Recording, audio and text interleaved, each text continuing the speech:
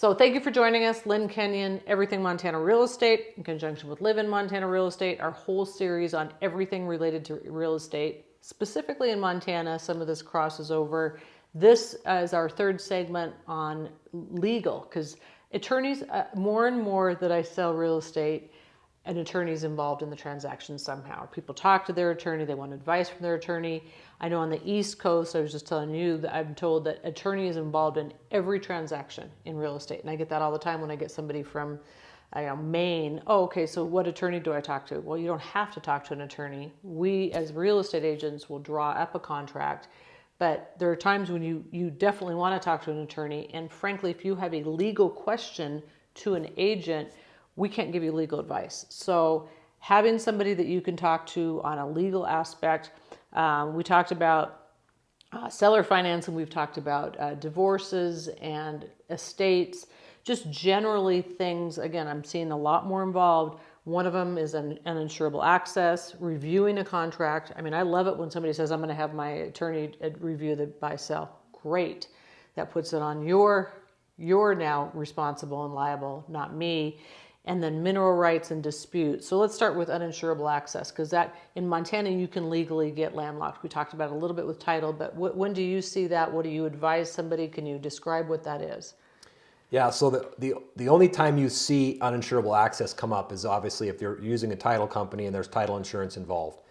The preliminary title commitment will be a summary of all the existing encumbrances that affect title to the land, including whether or not there's an access issue. Usually where you see this most common is if somebody owned a piece of property, a larger piece of property, and maybe it was carved up into separate pieces, and they end up keeping one, and maybe it's transferred hands a couple times since that point, but at no point during the entire process that it was being carved up and sold off does anybody contemplate the process of retaining the right to legal access across the parcels that were sold for the retained parcels. So like I said, it comes up in a title commitment. And then when that happens, you're really faced with one option, which is to go to the parties that control the land that you need access across and then try to negotiate an easement, which gives you then the legal right to cross that land. So the sellers usually got to resolve that problem before the closing is going to occur, because the buyers are generally never going to buy property that lacks legal access. And lenders are never going to finance a transaction and lend money to a borrower when there's no legal access. So this is not physical access. You can drive there. People have been driving there for years, which brings up prescriptive easement. This is when you're also, so your property, you don't have a legal right. There was no easement, which means, something written in that says you can travel on this road. So, but you've been doing it for 15 years and your neighbors said, I don't want you going across my property. You're trespassing. So can you talk about prescriptive easement in relation to uninsurable access? Yeah. So prescriptive easements are easements that are created by operation of law when you meet certain requirements. You generally, the access has to be utilized for a period in excess of 5 years. It has to be without the property owner's permission, with their knowledge, and they can't ever have done anything to stop you from doing it. And if you meet all those requirements, you don't just create the easement out of thin air. You'll have to go to court if the property owner says, no, I'm not acknowledging your prescriptive easement. You'd have to establish that in a court in Montana that determines that you've met all the requirements to establish a prescriptive easement. Once you have, and the court rules in your favor, then that easement is good as it's basically guaranteeing you legal access. The problem with prescriptive easements is the scope and what you've done to access your property via the prescriptive easement. If you only did it twice a year, and that's established in the court process that it was only used twice a year to access the property, then your prescriptive easement is going to be limited to that. So it doesn't mean it's unlimited access and you can do anything you want with it. For example, if you wanted to develop the property and build a bunch of individual houses or things like that, that would clearly go far beyond what's been prescribed, created as a result of the prescriptive easement. So I've always heard hostile, notorious, and open. That Yep. You have to do that. You have to have those 5 years, hostile, notorious, open. If you do that, then you can work towards prescribed.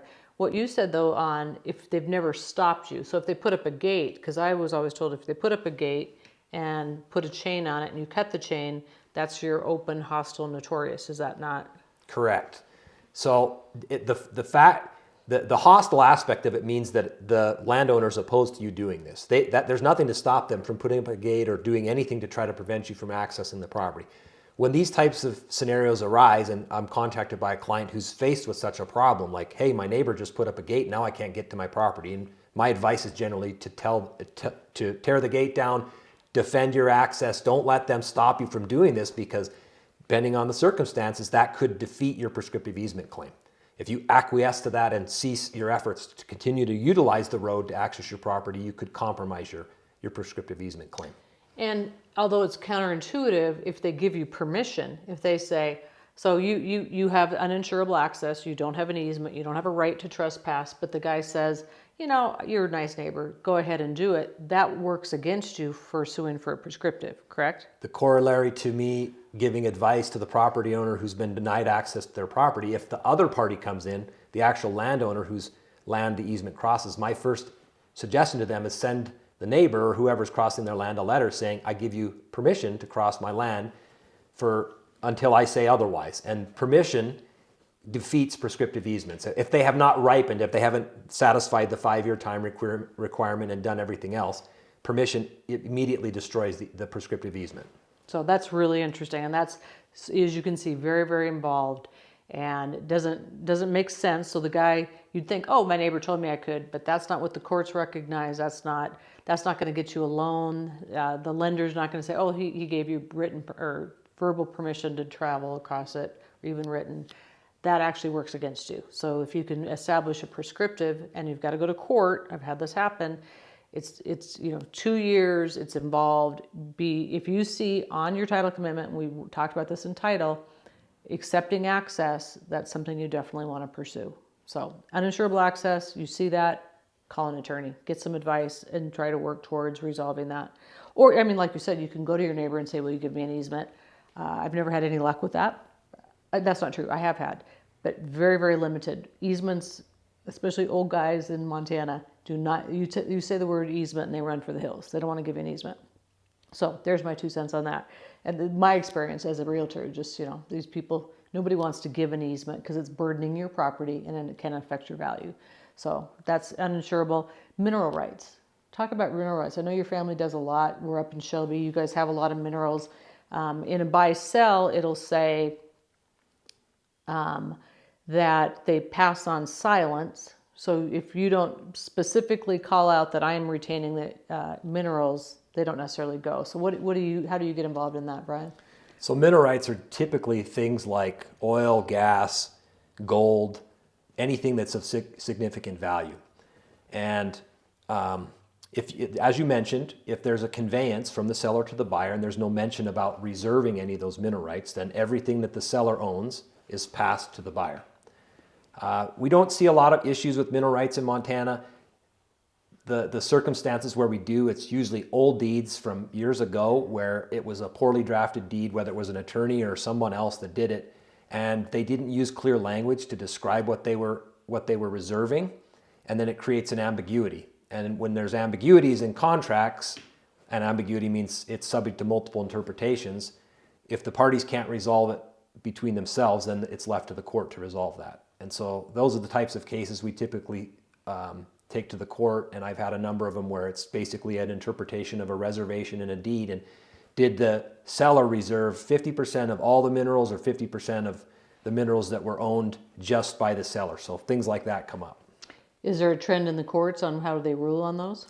Everything is tied to the specific language. There's a whole body of case law that's developed in Montana for cases that have been presented to the Supreme Court that interpret deeds. There are specific types of language that should be used depending on what type of minerals you're reserving. So there's a distinction between minerals and royalties. It's broader than today's discussion, but generally speaking, if you use the language that's more in line with what is a mineral reservation, then it's likely the court will interpret it as such. But if you're using language that's more in line with what a royalty reservation is, then that's where the court would go in that case. Sometimes the problems come as they're hybrids. It uses language of both a mineral and a royalty reservation, which creates the confusion. And they're right there, the semantics there is enough to confuse you. Another reason to hire an attorney. I have one right now where it's a ranch and he wants to reserve the minerals. So will the title company set that out and make it clear that he's reserving, or should he talk to his attorney and make sure that the deed has that reservation in it, so that you've got these royalties addressed in this, so there is no ambiguous language? Yeah. Obviously, the first thing is that the reservation has to be in the purchase and sale agreement, right? The deed then is prepared based on the provisions in the purchase and sale agreement. My experience has been that the title companies will not do mineral reservations. They're going to ask in a circumstance like that that an attorney prepare the deed that includes the specific mineral reservation language. And the other thing, the huge thing on minerals, and we'll do a whole segment on minerals for sure, is that you don't even know if you have them half the time unless you do an expensive mineral search, and your title company doesn't do that. Minerals are a whole different deal, and if you want to know if you have the minerals, it's you have to hire a specialized searcher for minerals. You guys do that? Do attorneys do that? Or We is it typically don't. We Yeah. utilize, there's some local people, the term they use to describe this profession is a landman. And these are people that have experience in going to the courthouse, and they basically comb through every single document, starting with the patent, so inception of title, when it's Yep. first issued to the first homesteader, all the way to the present date. And you literally have to go through every single document to make sure that there weren't any mineral reservations or royalty reservations from prior owners. If there are, you have to basically track all of them and determine who kept what, so that at the present date you can determine If these you are have the them owners all. of the mineral Yeah, rights. yeah. And you can have situations, you can have a split estate situation where the surface is owned by somebody completely different than who owns the mineral rights. That's legal in Montana. Yeah, that's interesting. So generally, so we've got two things that you're going to see. You're going to see. Do you review contracts? I was saying, back east, that's just a matter of fact. Every attorney is involved in every deal. Do you get that often? Do you recommend it? Have you seen buy sells that you just shake your head? I can't believe this was written and somebody signed this. Yes. Well, there you go. So it's not a bad idea, even though it's not required to. I write one and your attorney looks at it. Or Yeah. you do, or somebody else. I've seen them in situations where realtors really, I would say probably 95% of the attorneys in Montana have no concept about the distinction between minerals and royalty, and the specific type of language that you use to reserve royalty interest versus mineral interest. So it's important that you hire an attorney that's competent and has practice in the area of oil and gas law and is familiar with those types of language that should be used, and can draft the mineral reservation so that you get you retain what you're intending to retain.